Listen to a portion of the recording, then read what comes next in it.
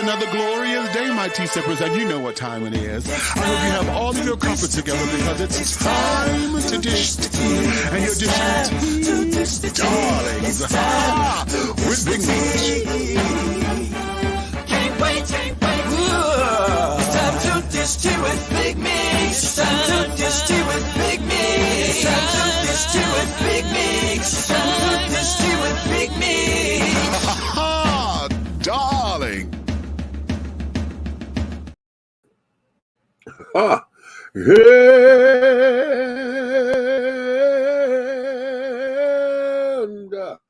hello.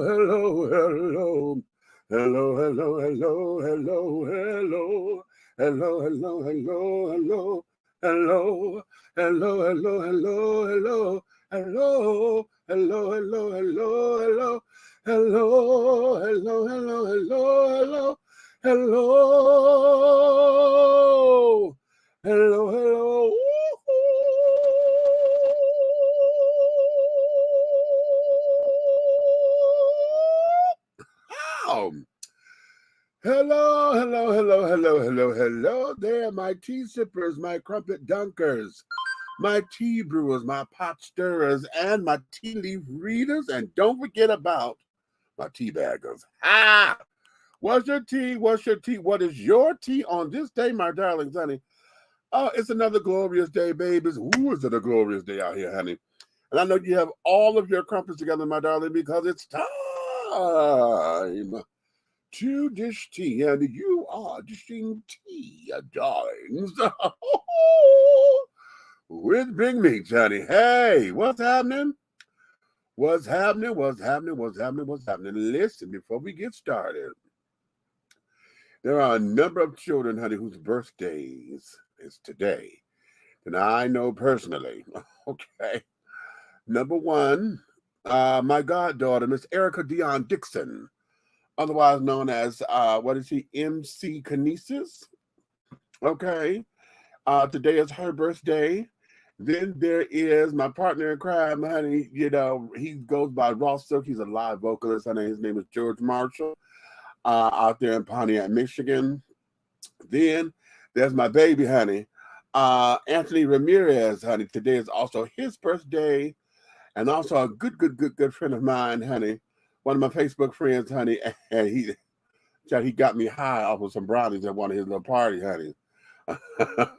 Monty Glass. Today is his birthday as well. And I'm missing somebody else. There's somebody else that I know whose birthday is today. So shout outs to all the birthday babies and carrying on. Hello there, Zenobia, darling. How art thou? Thank you for coming in. So I want to give a shout out to all of them children first. Now, secondly, listen, I am embarking on something very big. You know, last week I told you guys, honey, that I am a candidate for mayor of the city of College Park. I have officially put my name in the hat. So we're going through all the legalities of putting the paperwork together so I can get my fundraisers, because I got to get the bank account together, because you know all this is real stuff, and I don't want nothing to go wrong and carrying on, and then they tell me I'm putting a girl in jail, honey. That ain't gonna happen. So, but what I've been doing is going over to get the website together. Well, not the web. I'm working on that too, but we got the Facebook page done. Is that what this is? No, I thought I had put the link up here. No, but the Facebook link to Demetrius Taylor for mayor is just that. That's the Facebook page, honey. So it's www. Wait a minute, I'm putting it in the chat. www. Oh, wait a minute. Come on now. I'm trying to get the. Here we go. www.facebook.com. COM/ Demetrius Taylor. Wait a minute. Okay, y'all know what? One of the things I do not like about laptops is that every time I click too fast, you know, it always goes a craziness. So yeah. Okay, so that there is it. And let me put this over on the Facebook page as well. I gotta put it in the Facebook page.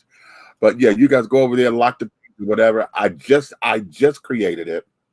So there's nothing there, just an older picture of me. We got to get a photo shoot done and carrying on. So go over there. That's going to be where I'm going to have all of my political stuff and talk about my campaign and what the platform is and et cetera, as we put all this together. Okay. So we are loving it, honey. Yeah, I'm one of the, I'm nervous, but it's the good nervous. It's the it's that kind of nervous that take you over the edge, that says, hey, we can do this and we're gonna learn a lot in the process, honey. Okay. So that is going to be absolutely everything. Okay. So yes, my darlings. So okay, so we just put all that up in the chat room for all of you. So go over there to the page, go like it, and then listen, for those of you who are over there, because I got it to where you can leave messages. Shoot me some questions over there. What is it, particularly if you are here in the city of College Park, Georgia, and have specific questions or ideas, or what you would like to see the city and carrying on, or anything from me specifically, put those questions over there. Now, don't listen. Please don't come out there being rude and disrespectful or whatever. If you don't agree, that's one thing. We're gonna have differences of opinions and carrying on, but do not get that way, okay? Because I'm not gonna run no nasty campaign or nothing like that. I don't believe in nasty campaigns. I just don't. But I do believe in truth. Okay. I believe in truth, but truth does not have to be done viciously. You understand? Because some people weaponize truth and they hide their viciousness up under, well, I'm just telling the truth. You're being an ass. Okay. So there is that. We have information on how you can go to the campaign and carry it on coming very, very, very soon. And hopefully within the next 2 days, I can have that stuff up and running so that we can make this happen, because we got a lot to do. Okay. The election is November 7th of this year. And yeah, there's a lot to handle. Okay. Ooh, so bada boom, bada bing. Okay. So there is that. So let's get into today's show, honey. Listen, y'all want to come on up in here? You can. You said, I'm fine. I am all of the above. Thank you, Don. Thank you. All of the above and beyond, honey. Trying to get my life in order. We're trying to build a team, because I'm going to need a street team. We're going to need just everybody. Okay. That believes in cause. Okay. So there is that. So let's get into it, because I hope not to be before you long. There's some things that's going on here in the world today that I just got to highlight. First off, I want you guys to go on YouTube and go and watch the interview with Flame Monroe and Riza Islam. I want you guys to go watch that. Go watch the interview with Flame Monroe and Riza Islam. I think that there's going to be very eye-opening. It is a very powerful interview. Of course, Flame is Flame, honey. She's going to say some things, and she has said some things that I think she's going to get burned. The community is going to try to rake over the coals. But I'm going to stand with her, because a lot of stuff that she said, I'm like, okay, yeah, that it is what it is, and et cetera, et cetera. And then, we're in, she gave a discussion that was very black and white. A lot of folks don't like to deal in the black and white, and in this world, most times we can, but there are those times where we can't. Okay. Because a lot of times, we got gray, and then we got other colors that have to be explained. But what we are experiencing in this world is that everybody wants you to have this kaleidoscope and think that, y'all know when y'all look into a kaleidoscope, and y'all know what that is, right? It's the thing that look like a what do you call the things that when you look at the moon? I can't call the thing. You know, when you look into the moon and look at the moon, the thing. Well, a kaleidoscope is one of those, but when you turn it, it's just a bevy of colors, and it just changes colors, and it gives all these different patterns of the rainbow and carrying on and this, that, and the other. And no pattern is the same. Okay. And oftentimes, I believe that everybody, well, the country that we live in now, or at least the times that we're in, a lot of folks are looking through that particular kind of lens, and they're getting mad because they want you to memorize the pattern. And because the pattern changes and you don't realize that the pattern has changed and this, that, and the other, then they want to fault you. And that's not fair. That's not fair at all. And I'm going to say that that's one thing that our community, the alphabet children, we have specialized in, okay? And then other communities are starting to pick it up as well, but we specialized in that. And I dare say that we probably created that particular mantra or that particular prism of which to look at the world, and I don't think that that's fair. So because of that, when you go look at that, Flame Monroe and Rizza Islam, R-I-Z-Z-A, Rizza Islam, telescope. Thank you, baby. I couldn't think of that.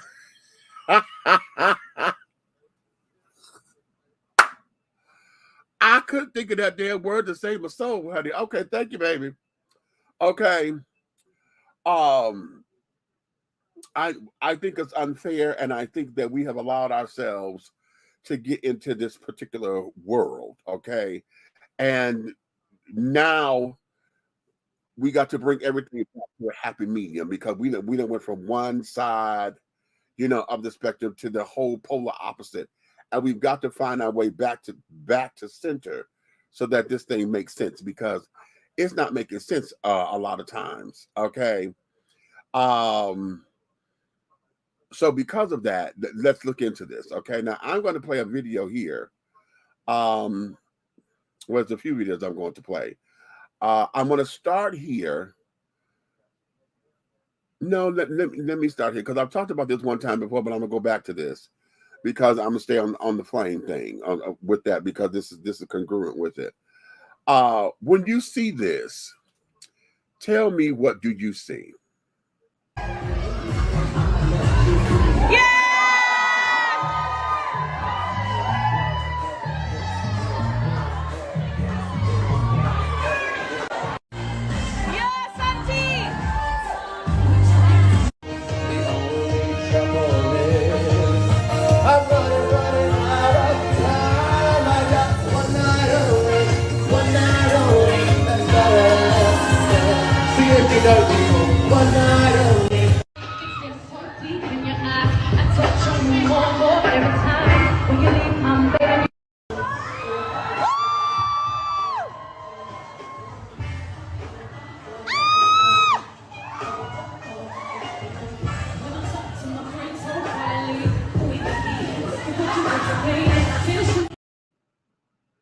All right. What do you see when you see that? Okay. Now, of course, you see drag performers, okay? Of course, you see that there are parents there, there are adults there, and you see children, okay?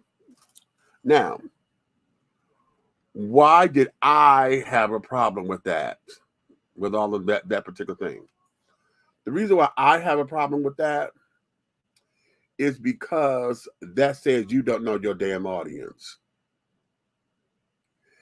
This particular video circulated because this is the kind of stuff that the naysayers are hollering about, okay?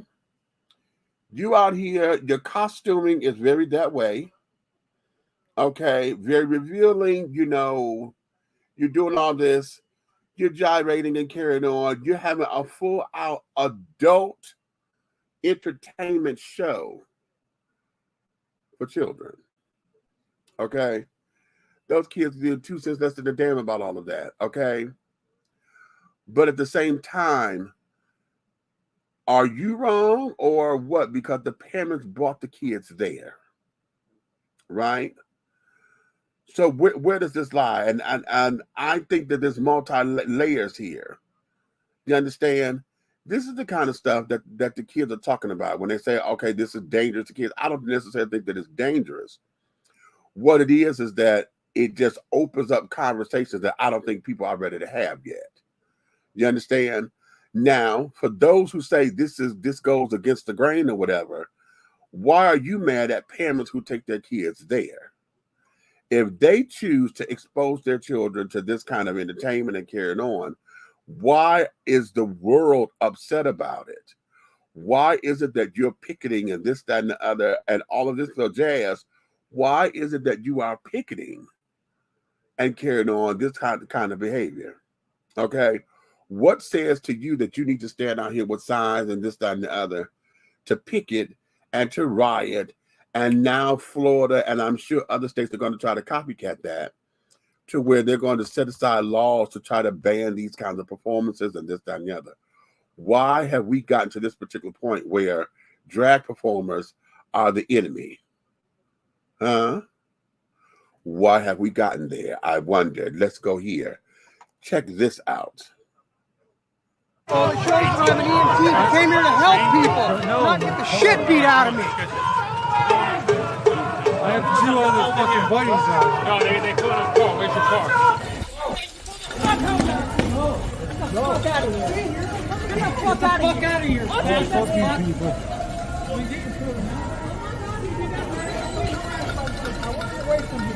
You keep trying to take my picture. I don't know what he's doing with it. Let's go.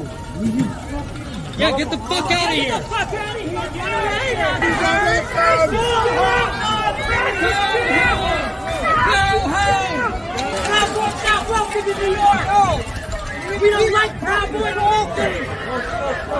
Can you tell us what happened? Proud Boy, what the fuck me and me? What the fuck? Leave our city. Go back to Long Island, you fucking Hey, let's go back to Long Island, Proud Boys. Help anybody. You back to Long Island. Go across the street. Take him across the street. Joe, come on. Where'd you go? Proud Boys! Let's go, old man Winston. Fuck Take the it out Proud to the cabin Boys! so you can fuck. I need the police to pay my subway fare. I need the police to pay my subway. Do you guys have an extra You don't have the car, is what you're telling me. No, my buddy has the ticket for the car. And the car's in the lot? Yes. And where's the lot? On 18th Street. All right, so we're going to try to walk you over there, but who's got the keys, your buddy?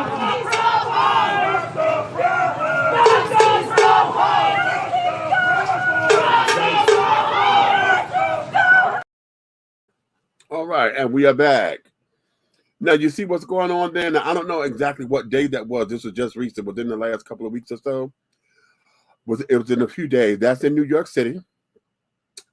And apparently the Proud Boys and others were out there trying to, they were picketing and protesting at a drag show or some kind of drag bar or some drag affiliation of some sort.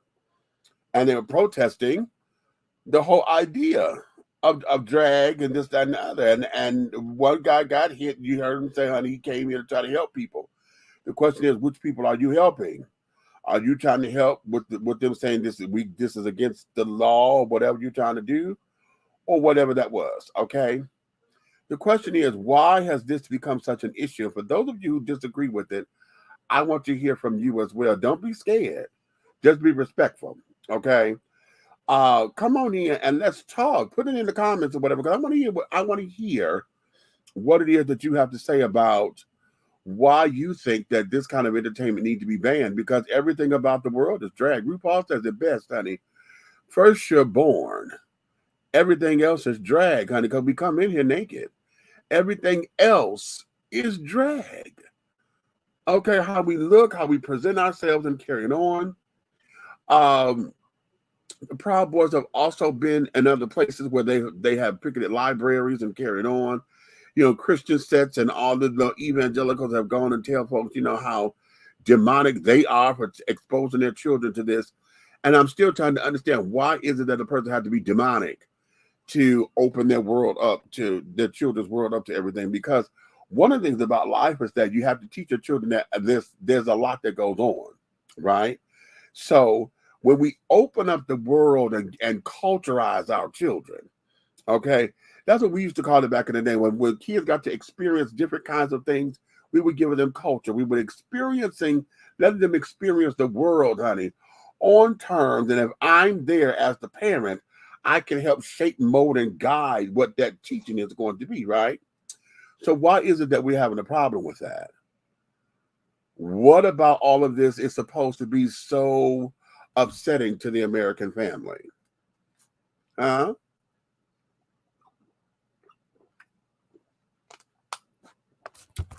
Please explain that to me. I'm having a hard time trying to understand why we are at this particular point. Why such extremes are being taken. Okay. Can anybody speak to that for me? Why are we at these particular extremes about a drag show when the whole entire world has been set up on drag stuff? We have celebrated Milton Berle. We have celebrated Tony Curtis and not Walter Matthau. Who was the other actor with Tony Curtis and Some Like It Hot? Okay, we have celebrated Flip Wilson and Geraldine. We have celebrated drag throughout the time, okay? Now we got the power to the people, children, and black folks sitting up there saying, oh, Hollywood, that make the black man put the dress on, and you can't get a career unless you put the dress on. And that's not true at all. That's not true at all. As an actor, how come if I want to put the dress on, I want to expand my territory as an actor, expand my chops, understand life from a different perspective, understand that I'm telling a story, and the story is warranted. You know who they did not come for?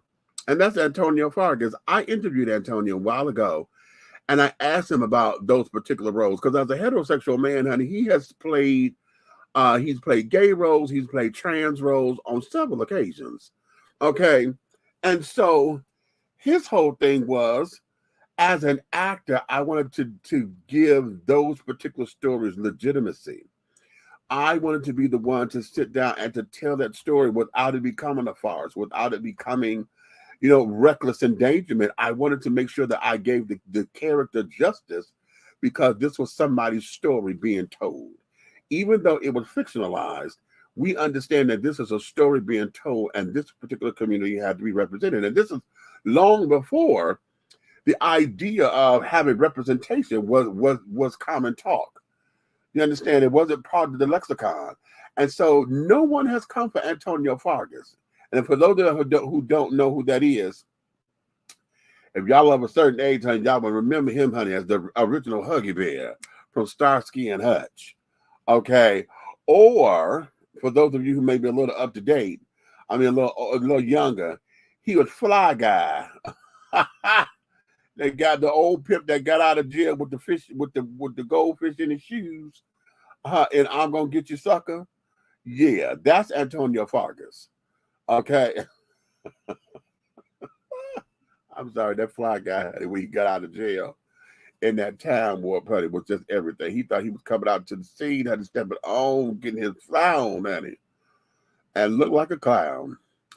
However, that's somebody who nobody has gotten. As a matter of fact, I think I'm gonna do something. I think I'm gonna go and take that excerpt out that interview and post that excerpt so folks can understand his particular perspective. But why is it that we're here wreaking havoc, basically? Wreaking havoc on an industry that's probably older than prostitution, or at least up in they cousins or something, right there in the same age bracket. Because what about all the times before women were able to be seen as people, before women were able to have equity in this society? The whole idea of theater arts got started because women were not seen as people. Women were still treated as property.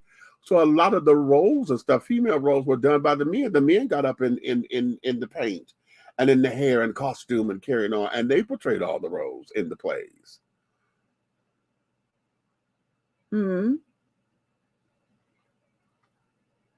So why is it now a problem? Why is that now a whole problem? Okay, I'm gonna let y'all ponder on that. Well, yeah, now don't get quiet on me. Don't get quiet. I want you to engage. I want you to engage, darling. Engage. Now, let me go to this particular clip here. Now, take a look at this. ACP Florida chapter is telling black people, quote, don't come to Florida. They're seeking permission from the national headquarters to issue a travel advisory to our state. This travel advisory comes as a slew of state bills are targeting race and gender identity, and they're moving through the legislature. NBC2's Tori Kinley spoke to Lee County's NAACP leaders about the message this sends to tourists, which is the lifeblood of our economy. We are going to educate the people about Florida and what Florida is doing to black people that no black person should want to voluntarily come and be subjected to it. James Muakil is the president of the Lee County chapter of the NAACP. He was at the Florida NAACP conference in Orlando this weekend. They voted unanimously to bring this travel advisory recommendation to the national organization. He says this is designed to keep more black Americans from visiting or moving to Florida. That's what we're saying to them. Don't come into racism. Stay away from it. James says there are multiple Florida bills that negatively affect black Americans, including ones against critical race theory and not allowing felons the right to vote. They hope this travel advisory will make voters think twice about voting for Governor Ron DeSantis if he runs for president. We want to educate the voters for the 2024 election. By blacks not coming, then that's not on the NAACP shoulders. That's on the governor's shoulder. Recently, DeSantis criticized what high schoolers would be taught in an advanced placement high school African American studies class. The College Board stripped the planned curriculum weeks later. People visiting Fort Myers have mixed feelings about this proposed travel advisory, like Katie Bonner from Iowa. No, I think that is a political strategy that I think is the opposite of what this country was founded on. But certainly, I don't see Florida. It would be the friendliest place for diverse people of diversity to come to. Bill and Mary Kay Holmes from Chicago agree with the NAACP's move. Well, I think the NAACP is probably on the right track as far as where they're coming from. The national NAACP will meet in May to discuss and vote on this request. I'm reporting local in downtown Fort Myers. Tori Kinley, NBC2. All right, then what you think? Okay, so the Florida chapter of the NAACP, honey, wants the children to not come to Florida. Do not come to Florida. He would specifically black folks, since they're trying to erase us off of the curriculum, erase us out the history books, and they want to do away with the Divine Nine. They're trying to say that the fraternities and sororities have no place on college campuses to carry on. They want to take away advanced placement African American studies out of the curriculum, and they put a number of things into place that seems to be a direct racial hit against black folks. So NAACP is like, okay, you know what? I'll tell you what. Okay, since you don't want us a part of your history and carrying on, that you don't need to be a part of. We don't need to make you a part of our economic spending and carrying on. We could take our coin and go elsewhere. Okay, so what do you think about that? Do y'all think that that's a fair assessment? Do you think we're going to jump on board and do it and not go there? And then what about the blacks who already live there in Florida? You got several cities. Florida's a big state, so you have several cities up and down that coastline or whatever. What about them that's already there? What about those who have retired to move there and carrying on? What is it that they need to do? Huh? Y'all tell me. Do y'all think that that's a fair assessment to go ahead? I hear what he's saying. Is it drastic? Yes. At the same time, I'm starting to believe that may be a stunt. You know what I'm saying? You can't regulate that and you can't contain that. Okay? Because one of the things that we know about grown folks is this. Once you tell somebody don't do something, or we advise that you don't, and this, that, and that, it's human nature for us that's the first person everybody go run to. Oh, it ain't that bad. That's the first place everybody is going to go run to. So, with this whole battle cry or whatever, did we just inadvertently increase their economy and their bottom line? Because we're going to have those folks who want to be defiant, those folks who say, you can't tell me what I can and cannot do with my money. We have those people who's going to show up and just go down there simply because they can. Okay? Remember when George Zimmerman had shot Trayvon Martin? And it was a whole big thing about whether or not black folks should go to Florida at that time. In fact, I got into it inadvertently with someone. It was a Facebook thing. I said, dude, you're taking this too deep. I'm sitting up here saying X, Y, and Z. You know, should we or should we not? And it became a whole big mess unnecessarily. And it's like, okay, now here we go with unnecessary bullshit. Because see, now, what are we talking here? Okay, we got bigger fish to fry as far as trying to make sure that the curriculum is together. And why is it that I have not heard anybody band together yet to talk about the curriculum? We bitch moaning and complaining, they talking about taking it out, but no one has said, okay, let's go ban and march to try to get these folks on the bandwagon to understand that our history is trying to be erased.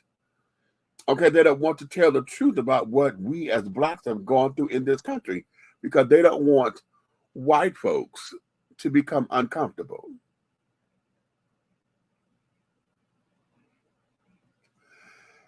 And that's what they say. You don't want African American studies, or basically CRT is not a curriculum, honey.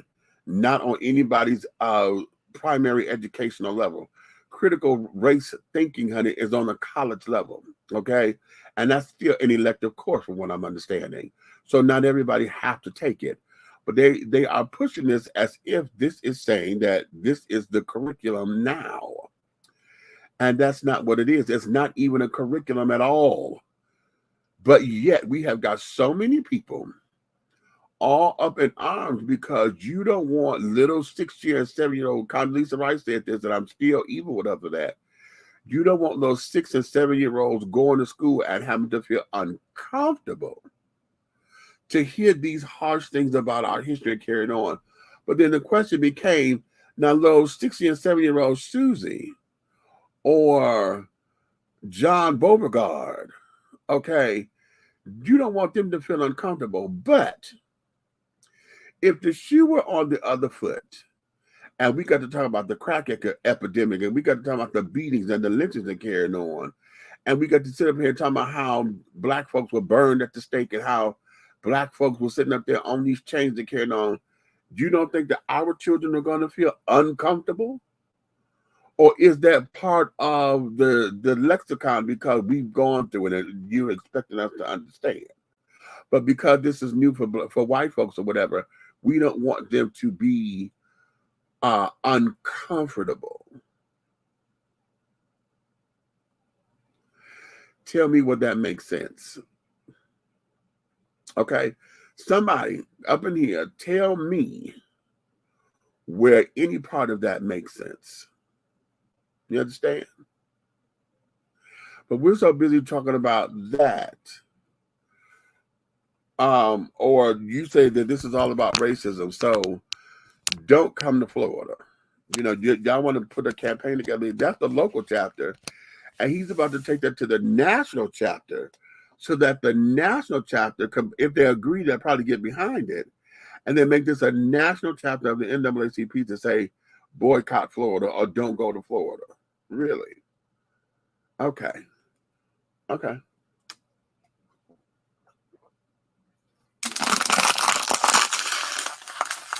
Do we have enough fight power to make that happen? What else needs to be done to get to the governor? Because has anybody sat down with him to say, listen, let's go over this? Has anyone sat down with him? Or are we just bitch moaning and complaining and doing all of this through social media and carrying on and do sound bites and then have him? We give sound bites. He gives press conferences based on the sound bites and carrying on and the flutter of the world. Okay. And then he comes up and gives a whole press conference about what's this, and this. And yet we have nothing comprehensive to combat that. Why have we not devised anything comprehensively that will go to him and say, listen, you need to hear us out on this? Okay, because you're erasing, this is not African American studies, baby. This is American history. Okay. And then this whole thing about this being against woke culture. Okay, y'all doing this because y'all trying to go after the woke people. Okay, which means what? Everybody that there has always been about African Americans and the Pan-African children, honey. The Black Israelites, the kid, y'all know the children. Y'all know them, honey. Y'all assalamu alaikum them every day. Okay. If you ain't buying a bean pie from the brothers of the nation, honey, you sit up there seeing the children in the purple silk robes, hollering with bull horns and shit. Okay. And yet, we have not galvanized enough to say, listen, okay, we need to get this curriculum together because, see, how are we going to teach these kids what? The bill specifically said that they're supposed to be teaching Western European culture. Western European culture. And anything else against that is supposed to be against the law soon. Okay, Zenobia, what you got, baby? What you saying? Big Meech, to me, they want to take us out of the history, but keep all the hideouts events of slavery. Okay. The 13 colonies is trying to form again. Oh, now that's rich. You think they're trying to go back to the original 13 colonies? Really? Not even states, colonies. Catch it. Okay. Catch that. I like that tea right there, baby. I like that tea right there. The 13 colonies is trying to form again. Wow. Thank you, number 45, Agent Orange, because all of this is the backlash from a Trump presidency era. Can you stand it?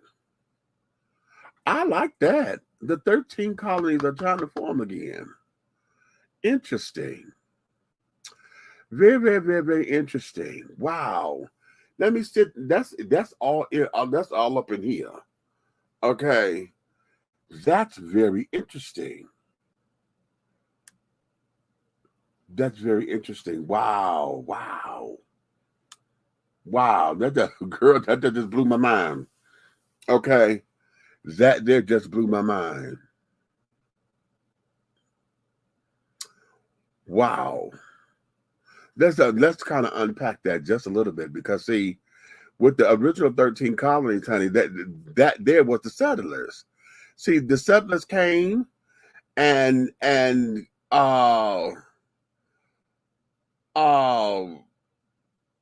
took, they basically settled it in those original 13 colonies. And then, of course, that's when they wanted to take over the land and took the land from the natives and carried on after the natives and got them all better, showed them how to work the land, toil the land, and this, that, and the other. It's one of the reasons why I don't celebrate Thanksgiving in a traditional sense like that. I know everybody loves the turkey and this, that, and the other, but honey, Thanksgiving is not what it was. We done made it. See, let's just take that for instance. The whole idea of celebrating Thanksgiving, honey, is a lie. It's a lie. Them children were being fed to be slaughtered. That was Thanksgiving, honey. The way that y'all want us to believe that, oh, the Pilgrims came together and thanked the Native American, for helping us get back on our feet and blah, blah, blah, blah, blah. Child, that was not what that was. That was the lambs of slaughter. They sat up there and they had food and things of that nature because the folks got well. They had lost a lot of people. And so now they wanted to regroup. But what did they end up doing after they got all the skill sets to carry on? Then after that Thanksgiving, not long after, they went after the native because they had guns and the natives didn't. Killed them. Removed them off the land. Pushed them further and further away. Why? Because now this is ours. We're claiming this in the name of, really? So those were the first, that was the original 13 colonies. With after everything, we took over, pushed them out, this, that, and the other. And then we did that. Okay. The original 13 colonies, honey, was when we got the Declaration of Independence and the Constitution. We wasn't in the United States yet.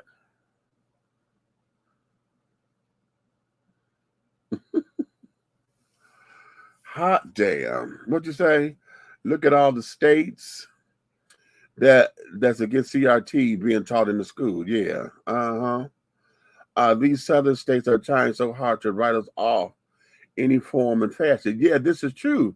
Because listen, y'all heard me say this on several occasions, honey. When they sat down there and took the word slavery out of the history books and started calling folks involuntary immigrant workers. Involuntary immigrant workers. What the fuck is that? Slaves were slaves. Okay. They're to pay off a bounty and to do the work. Being treated inhumanely and things of that nature. And you want to remove all of that and say, oh no, honey, they were what I say? Involuntary immigrant workers. For real. I need for you guys to go to Netflix when you get an opportunity and watch this documentary called Who We Are. Who We Are. I need y'all to go watch that. I need y'all to watch that, and I need y'all to pay attention. I need y'all to put it and save it into your favorite list and carry it on, because that there, if I had a way to download it, honey, and to burn it on the DVD or something, I would keep that because I don't want that to ever go anywhere. That there is probably the best,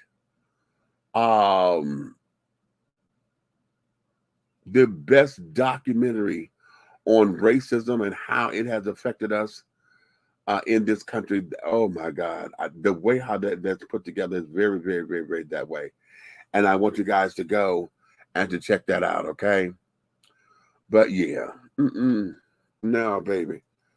Okay, hold on. Let me take a commercial break right here. It's gonna be real short. I gotta get something. I'm heartburn a little bit right up in here. So let me get something so I can burp. I don't want y'all to hear me burping. Wait a minute. Wait a minute. Before we go, I can play this as the commercial. Okay, I will play this as the commercial. So that when we come right back, we can just get right into it. Okay. We'll get right back into it, darling. Yeah. Which one? I played that one. Okay. Oh shit. The one I'm looking for, I can't find, y'all. Okay. Let's have some fun. I think I could do this in a little bit of time. Let's have a little bit of fun. Look at this. Check this out. Ross, I love this music and I used to listen to it, praise God, as a pastor coming from law school, driving from Baton Rouge to Monroe. And I would just listen to Luther, amen. And I said, God, you know, Luther said, praise God, a house wasn't a home, amen. A chair wasn't a chair unless someone was sitting there. And then he said, praise God, amen, anybody ought to have any love. And all of a sudden, I found myself getting discouraged. And I went to God, I said, now God, you know, I'm not getting ready to backslide. He said, I tell you what the problem is. The Spirit of the Lord told me. He said, in Luther Vandross, there lives a lonely, sad woman. The Holy Ghost told me that. I'll stand on the word. He said, a lonely, sad woman lives in him. And every time you listen to that music, she tries, praise God, to get in you. I said, oh, I tell you what, I'm through with Luther.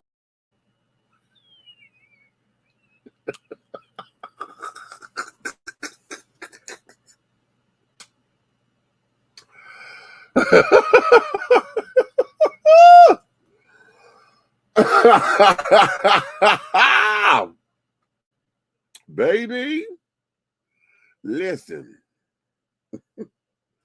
Listen and listen to me carefully, honey. She said the Holy Ghost. Wait a minute. Where my girl at?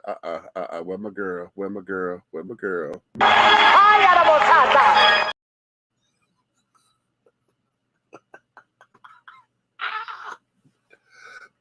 One more time.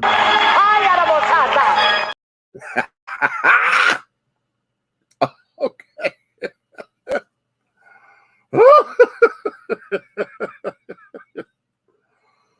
Oh, dear goodness. Dear gracious, dear me, oh my. Okay. Okay. She said, the Spirit of the Lord told her that listening to Luther Vandross's music, honey, she felt she got that way, honey.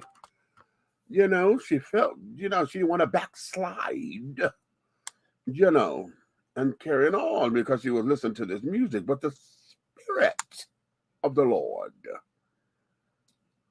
spoke to her, okay, and told her that there was the spirit of a lonely woman inside of Luther. Because when she heard these lyrics, that lonely woman was trying to vex her.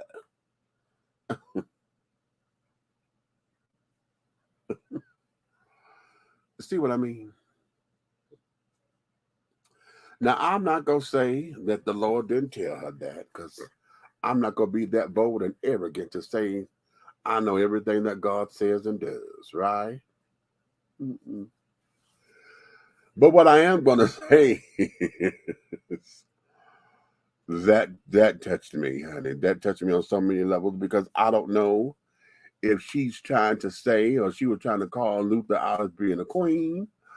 I don't know if she was trying to say that the song that Luther was writing, you know, had a lot of feminine energy on it. Even though she's talking about the song "Any Love," honey, I sing that song often, and I thought that was a lonely woman, that was a lonely man talking, you know. But she said the Spirit of the Lord has told her that inside of Luther was a lonely woman. Lonely.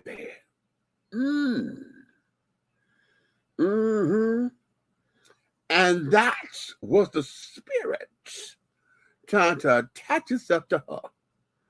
So she had to put Luther down. You know, someone sent me that clip, and I want to see the whole. See, sermons like that, you know, it intrigues me to want to hear the entire sermon, so I can hear exactly where they're going and what they're trying to say and exactly what message they're trying to give out, because this is just a soundbite. But just in that alone, honey, that has been left open for so much interpretation, it's ridiculous. But again, here we are in an era where folks sitting up there wanting to be right. You put God on something and you want everything to be right. Okay? I want somebody to tell me this. Please, please, please, please, please, please, please. Tell me this. How does one live holy when every day you're told you got to fight off the flesh? Okay. And because you got to fight the flesh daily, you have to die to flesh. Oh, I just got a nice little headache right here. You have to die to flesh daily, but you're supposed to live holy. And each time that we are living, because we're supposed to pray without ceasing, right? But then also, honey, we're supposed to also repent. So what is it? Are we living holy or are we having to repent because we ain't no damn good? Because the songs say, save the wretch like me. But yet, at the same time of me being a wretch, and I'm a filthy rag in God's sight, so you teach me behind from the pulpit, you also say that I was perfectly made in the image of God. So how am I a nasty, dirty wretch? Okay, a filthy rag in the eyesight of God when you say I'm made in God's image. So is God still that same filthy damn rag? Does God see the filthy rag when he see me and say that's who I am? Is that what you're telling me? So we got this woman want to sit up there and talk about the spirit of a lonely woman was inside Luther. Okay.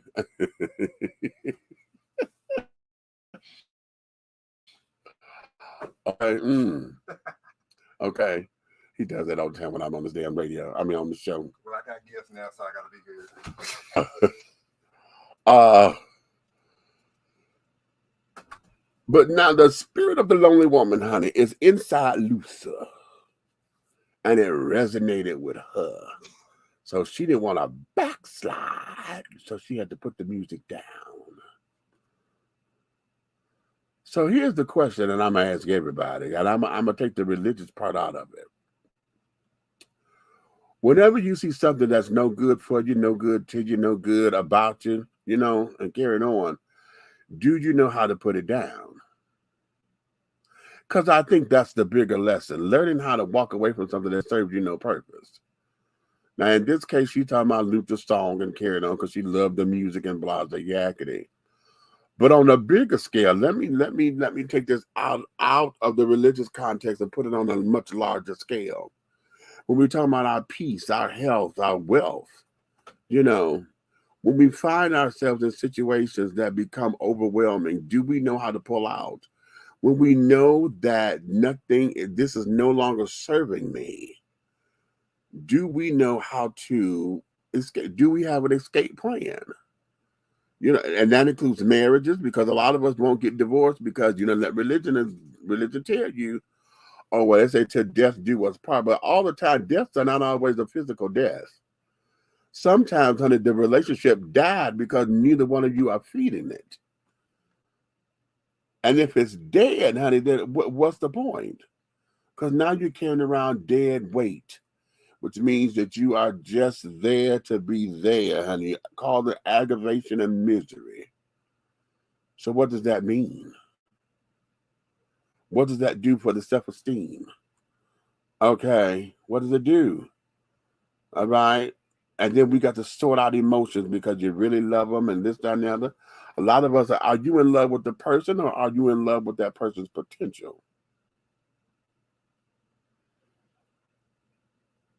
I'm going to say that one more time because that was good. Are you in love with the person or are you in love with that person's potential? I say this all the time, honey, that probably one of the most dangerous words in the English lexicon is potential. Why you say that, Meech? I say that because potential is a fantasy. Potential don't mean nothing to nobody, honey, but the person who sees it. You see potential of somebody else, but they don't.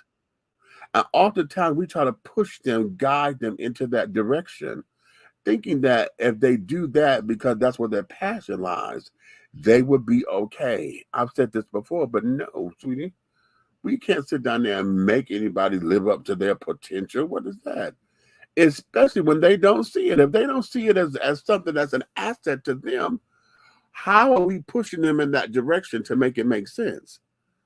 And then you go through all the huffing and puffing and all the damn chain smoking, and then you got all of the bubble guts, and you got all of the things and more things and things and things and things. And this child is going on about his life, her life, or whatever, how to do whatever the fuck it is that they want to do. Okay. And you mad because they're squandering or wasting their potential. Now, I'm going to tell you something. Many of you that have people who can hear you when you say that, and they say, oh, child, you got so much potential. There are those of us, honey, who know what that means. And so when we hear it, and we can sit back and we can reflect, we can take personal inventory. We can then start to move along the lines of, oh, well, let me get my shit together. You know what I'm saying? Because I got somebody who's encouraging me and this, that, and the other. But there's very few of us who do that. Most folks, honey, when they hear that, they don't. They go on about their damn business. Okay. They go on about their business and carrying on and leave you high and dry. You understand? Leave you high and dry. So now what? Okay. So now what? Do you know how to walk away from it? Do you know how to let it go? Most of us, the answer is no. Because it's not the why, because we done figured all of our emotions and stuff in it, honey. We done did to do with that, baby. We done sat down there and got to see, oh, honey, we done did a do on ourselves. Because why? You believe in his potential. Oh, then you sat there concocted a story, child. You don't want him to be treated like folks treated you, because I know what that is to not have nobody in my corner and blah, blah, blah, blah, blah. So you done did this number on yourself. Ask me how I know, honey. I ain't telling you something I heard. Okay. I should say I only heard, because shit, I done heard myself say this so many damn times. How do you sit down here and get all up and about in the thing of it? How are you able to walk away from it and say, this is serving me no purpose? Okay. And are you listening to the Spirit of the Lord? And does it take the Spirit talking to you, or does it take you knocking your head up against the wall? Because sometimes it's one and the same. Okay. Other times, honey, it's the Spirit of the Lord and the treatment that you are receiving, honey, because it's not making sense. Okay. Why would you sit up there and accept somebody treating you less than kind, less than human, less than whatever, simply because you're caught up in potential, somebody else's potential, and then catch it now. When somebody points out your potential, but like, girl, you could do better than that. What happens? You can't tell a bitch nothing about her damn man, because now we get that Whitney Houston spirit, honey, and want to sit down there and fight for the cause. Oh, we're going to prove these children wrong.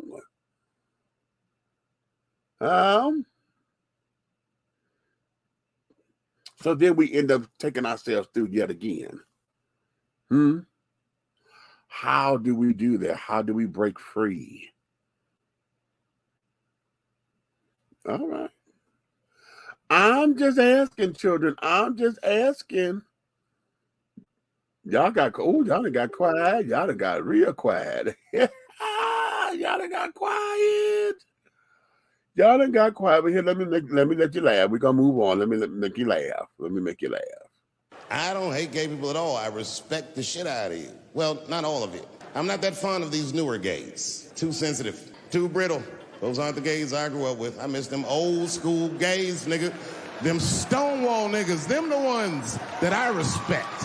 They didn't take shit from anybody. They fought for their freedom. I respect that shit. I'm not even gay. And I want to be like a Stonewall nigga. Them old school gangster gays. Them glory hole niggas. Them the ones I like. These new gays don't even know what the glory hole is. It's a hole in the wall the gay contractors built. You want to know why they put that hole in the wall? I'll tell you. And there's no nice way to say it. Because when they want to have some fun, they will put their penises in that hole and hope for the best. I respect that shit. There's a lot of courage on both sides of that hole, nigga. I'm not even gay, and I want to try that glory hole out.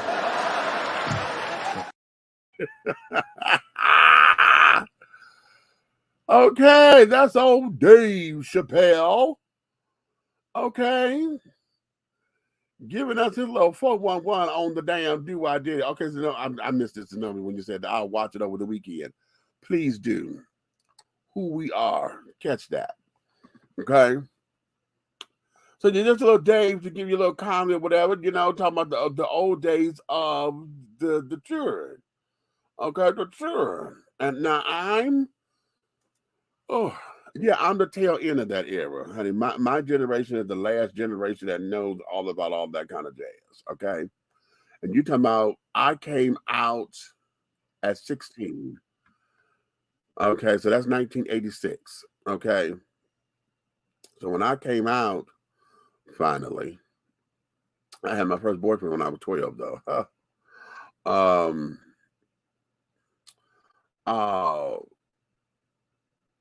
When I came out, you know, we were just coming into the whole AIDS epidemic, pandemic, or whatever.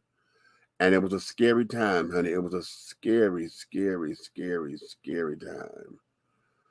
Because, you know, yeah, I'm in my youth and, you know, trying to be fabulous and this, that, and that. But at the same time, we were still somewhat exclusive. I had a HODGE. I wish HODGE was in here.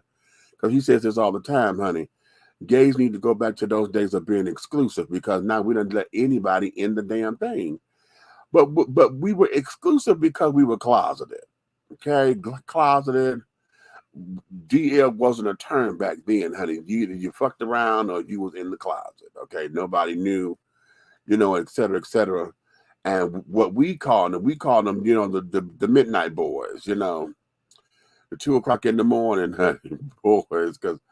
I could walk down the street, child, and you wouldn't say nothing to me. As a matter of fact, you get in on all the slapstick and calling me all kinds of names and carrying on with your boys during the daytime hours, honey. But as soon as it was night, rat-a-tat-tat, rat-a-tat-tat. Okay. And then they're giving all the little do-I-ditties of, oh, baby, you know, and, you know, I can't let my friends know and blah, blah, blah, blah. And yeah, you can't let them know, but at the same time, you participate with them calling me out my name and carrying on. You know, I'm not asking you to expose yourself, but bitch, you sit up there taking all the same shots that they take with me. So what am I supposed to believe? Okay. Then,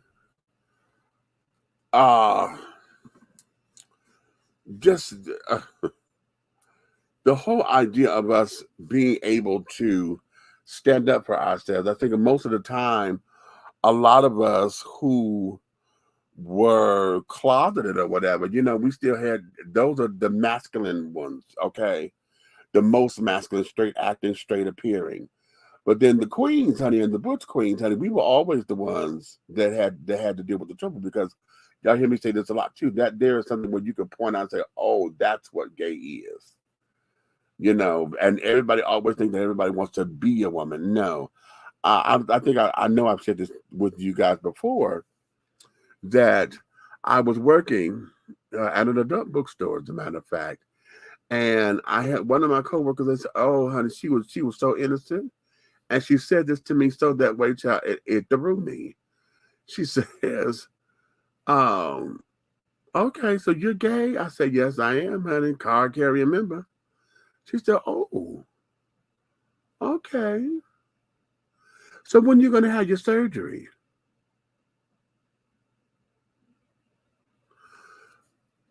"What surgery?" She said, "You're gay, right?" I said, "Yes." She said, "But doesn't that mean you want to be a woman?" Ooh, back up. Back up. Why do I want to be a woman? Well, because you're gay. Yeah, I'm gay because I'm sexually attracted to other men. That doesn't mean that I want to be a woman necessarily. That's not my issue. Oh, well, how could when I said that, child, when I tell you the look of distraught came over her face as she was trying to put the pieces together, right? And so that was a teachable moment right there. I had to sit down there and go through the changes and go through a whole lot, baby. I'm not trans. I'm not a trans person. Well, I'm not transsexual, that is. Let me say it that way. I'm not transsexual, but my consciousness is very trans affirming. I'm very comfortable with living as a boy. I accept my maleness 100%.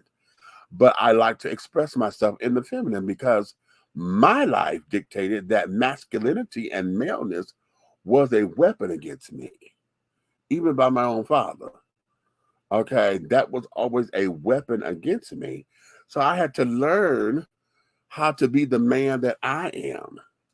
It may not be what you wanted to look like, and because I'm 6'4", 380, and I don't like playing football. I do not like the sport. It's barbaric. It makes no sense. And you are and depending on the team you on or whatever, especially playing street ball, the goal was to hurt somebody else. Why would I want to hurt you and I don't know you over a piece of pig skin? Makes no sense. None. And none. Okay, wait a minute. Groove, you came up in here. What you saying?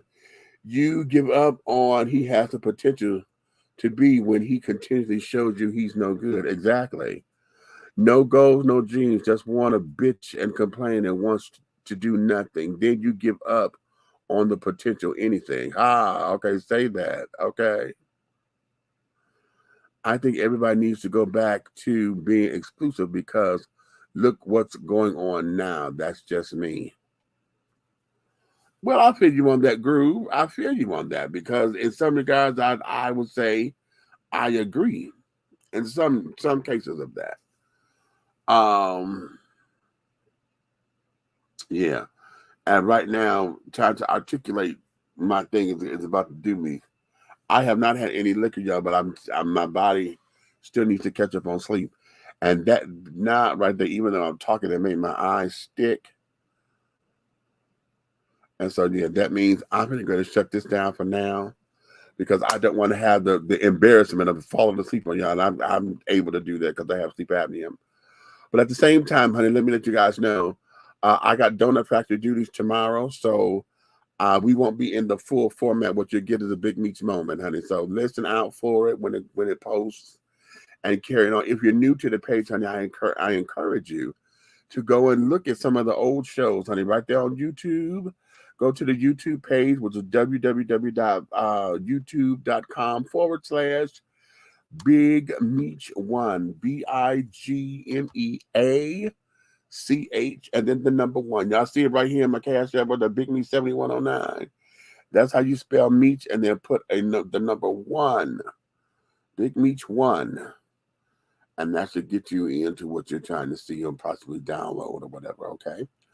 So on that note, let me let you all go, honey, and get back into your world. Like I said, my eyes is getting heavy again, and I don't understand what the hell this is going on, child. But you may finish all of your crumpets, my darling, because the tea has been dished, and you have been dishing tea, darlings, with Big Meats, darling. And in the absence of my coworkers, honey, we thank you, we love you.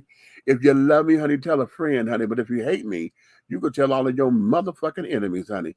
But do know this, that everything that we are doing right here, okay, everything that we're doing with the 3 the Hard Way, the syndicate, and all of our independent companies or whatever, it will move forward. You understand? Ladies and gentlemen, I am Demetrius Taylor, a.k.a. Big Meech, and I am your candidate for mayor of College Park, Georgia, honey. So on that note, sugar plum, let me let you guys go because I Got to. Okay. Oh, this I'm looking for the closing credits. So okay, there we go now. So my darlings, until the next time.